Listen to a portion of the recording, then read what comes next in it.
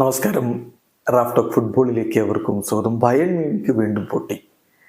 ഇപ്പോൾ ബുണ്ടസ് ലീഗയിൽ ബയർ ലെവർക്യൂസനോട് തോറ്റതിന് പിന്നാലെ UEFA champions ലീഗിലെ ലാസിയോയോട് ഏകപക്ഷീയമായ ഒരു ഗോളിന് തോറ്റിരിക്കുകയാണ്.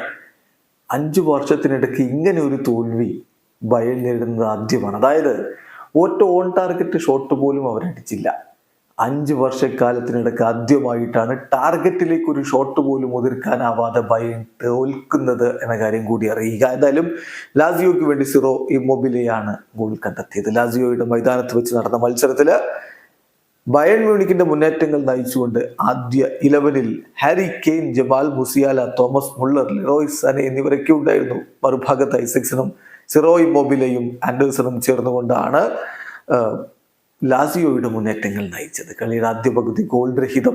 രണ്ടാം പകുതിയിലാണ് ഡയറ്റ് ഉപമക്കാനോ റെഡ് കാർഡ് കണ്ട് പുറത്തു പോകുന്ന ആ ഫൗളിനെ തുടർന്ന് എന്തായാലും ലാസിയോക്ക് പെനാൽറ്റിയും ലഭിച്ചു. സിറോ ഇമ്മൊബിലെ ആ പെനാൽറ്റി വലയിലേക്ക് എത്തിച്ച് ലാസിയോക്ക് വിജയ ഗോൾ സമ്മാനിക്കുകയും ചെയ്തു. ആദ്യ പാദത്തിലെ ബയൺ തോറ്റിരിക്കുന്നു എന്നുള്ളത് കൊണ്ട് അവരടുത്ത ഘട്ടത്തിലേക്ക് പോവില്ല എന്ന് ഉറപ്പിക്കാൻ കഴിയില്ല.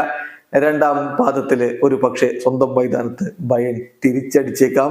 എങ്കിലും ഇത് ഒരു വലിയ തോൽവിയാണ്. ഗോൾ മാർജിൻ കൊണ്ടല്ല പറയുന്നത്.